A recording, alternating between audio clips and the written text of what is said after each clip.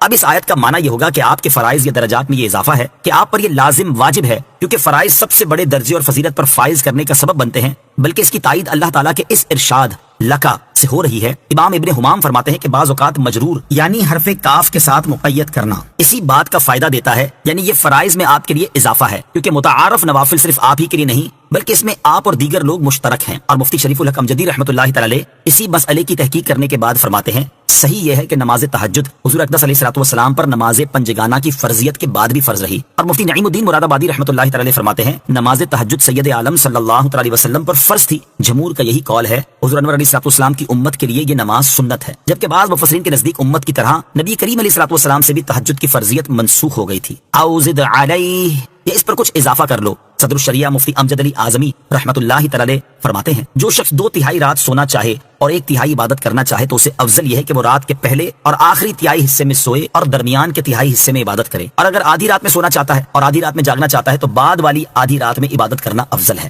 کہ حضرت ابو ہریرہ رضی اللہ تعالی عنہ سے مروی ہے حضور پر نور علیہ الصلوۃ والسلام نے ارشاد فرمایا کہ رب عز و جل ہر رات میں جب پچھلی تہائی باقی رہتی ہے آسمان دنیا پر خاص تجلی فرماتا ہے اور فرماتا ہے کوئی دعا کرنے والا کہ اس کی دعا قبول کروں، ہے کوئی مانگنے والا کہ اسے دوں، ہے کوئی مغفرت چاہنے والا کہ اس کی بخشش کر دوں۔ اور سب سے بڑھ کر تو حضرت داؤد علیہ الصلوۃ والسلام کے طریقے کے مطابق نماز ادا کرنا ہے، جیسا کہ حضرت عبداللہ بن عمر رضی اللہ تعالی عنہما سے روایت ہے حضور اقدس صلی اللہ تعالی علیہ وسلم نے ارشاد فرمایا سب نمازوں میں اللہ عز و جل کو زیادہ محبوب نماز داؤد ہے کہ وہ آدھی رات سوتے اور تہائی رات عبادت کرتے پھر چھٹے حصے میں سوتے تھے۔ وَرَتِّلِ الْقُرْآنَ تَرْتِيلًا، اور قرآن خوب ٹھہر ٹھہر کر پڑھو۔ اس کا معنی یہ کہ اطمینان کے ساتھ اس طرح قرآن پڑھو کہ حروف جدا جدا رہیں، جن مقامات پر وقف کرنا ہے ان کا اور تمام حرکات اور مدات کی ادائیگی کا خاص خیال رہے۔ آیت کے آخر میں ترتیلا فرما کر اس بات کی تاکید کی جا رہی ہے کہ قرآن پاک کی تلاوت کرنے والے کے لیے ترتیل کے ساتھ تلاوت کرنا انتہائی ضروری ہے۔ حضرت عبداللہ بن عمر رضی اللہ تعالیٰ عنہما سے روایت ہے نبی اکرم صلی اللہ تعالیٰ علیہ وسلم نے ارشاد فرمایا قیامت کے دن قرآن پڑھنے والے سے کہا جائے گا پڑھتا جا اور ترقی کی منازل طے کرتا جا، اور اس طرح ٹھہر کر پڑھ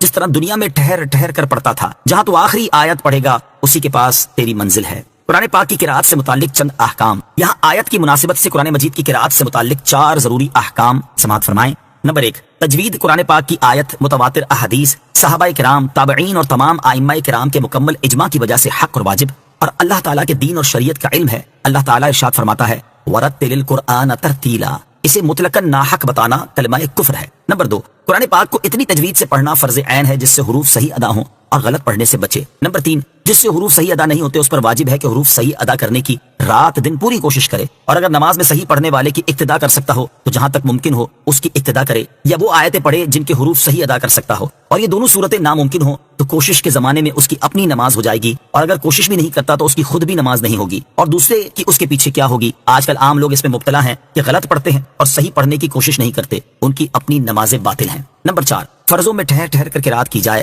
تراویح میں متوسط انداز پر اور رات کے نوافل میں جلد پڑھنے کی اجازت ہے، لیکن ایسا پڑھے کہ سمجھ میں آ سکے، یعنی کم سے کم مد کا جو درجہ کاریوں نے رکھا ہے اس کو ادا کرے، ورنہ حرام ہے، اس لیے کہ ترتیل سے قرآن پڑھنے کا حکم ہے۔ آج کل کے اکثر حفاظ اس طرح پڑھتے ہیں کہ مد کا ادا ہونا تو بڑی بات ہے، یعلمون تعلمون کے سوا کسی لفظ کا پتہ بھی نہیں چلتا ہے، نہ حروف کی تصحیح ہوتی ہے بلکہ جلدی میں لفظ کے لفظ کھا جاتے ہیں، اور اس پر ایک دوسرے سے فخر ہوتا ہے کہ فلاں اس قدر جلد پڑھتا ہے، حالانکہ اس طرح قرآن مجید پڑھنا حرام اور سخت حرام ہے۔ ایک اور مقام پر صدر الشریعہ مفتی امجد علی اعظمی رحمۃ اللہ تعالی اپنے زمانے کے حفاظ کی حالت بیان کرتے ہوئے فرماتے ہیں افسوس صد افسوس کہ اس زمانے میں حفاظ کی حالت نہایت ناگفتہ بے ہے۔ اکثر تو ایسا پڑھتے ہیں کہ یعلمون تعلمون کے سوا کچھ پتہ نہیں چلتا، الفاظ و حروف کھا جایا کرتے ہیں۔ جو اچھا پڑھنے والے کہے جاتے ہیں انہیں دیکھیں تو حروف صحیح نہیں ادا کرتے، حمزہ، الف، عین اور ذا، زا، وا اور ثا، سین، صاد، تا، تو وغیرہ حروف میں فرق نہیں کرتے، جس سے قطعاً نمازی نہیں ہوتی۔ فقیر کو انہی مصیبتوں کی وجہ سے 3 سال ختم قرآن مجید سننا نہ ملا۔ مولا عز و جل مسلمان بھائیوں کو توفیق دے کہ ما انزل اللہ،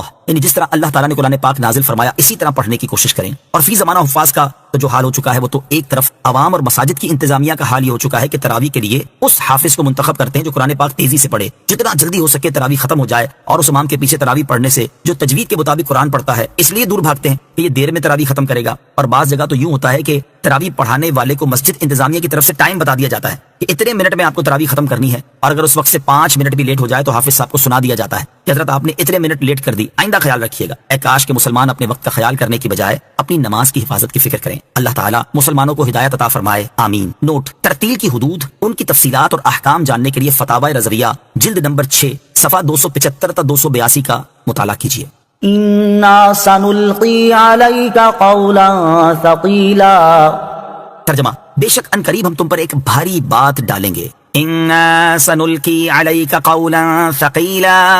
بے شک ان قریب ہم تم پر ایک بھاری بات ڈالیں گے. اس آیت کی تفسیر یہ ہے کہ اے حبیب صلی اللہ تعالی علیہ وسلم، ہم ان قریب آپ پر ایک انتہائی عظمت، جلالت اور قدر والا کلام نازل فرمائیں گے، اور اس کی عظمت و جلالت کی وجہ یہ ہے کہ وہ رب العالمین کا کلام ہے، لہٰذا آپ خود کو وہ عظیم بات قبول کرنے کے لیے تیار رکھیں. دوسری تفسیر یہ ہے کہ اے حبیب صلی اللہ تعالی علیہ وسلم، ان قریب ہم آپ پر قرآن نازل فرمائیں گے جس میں احکامات اور ممنوعات ہیں جو کہ سخت تکلیف دہ اور شرعی احکام کے پابند عام لوگوں پر بھاری پڑیں گے، اس لیے آپ ابھی سے انہیں بھاری احکام کا عادی بنائیں. تیسری تفسیر یہ ہے کہ اے حبیب صلی اللہ تعالی علیہ وسلم، ان قریب ہم آپ پر ایسا کلام نازل فرمائیں گے جس کا نازل ہونا بہت بھاری ہے. قرآن پاک کے نزول کے بارے میں ایک اور مقام پر ارشاد فرمایا: لو انزلنا هذا القرآن على جبل لرأيته خاشعا متصدعا من خشية الله وتلك الأمثال نضربها للناس لعلهم يتفكرون.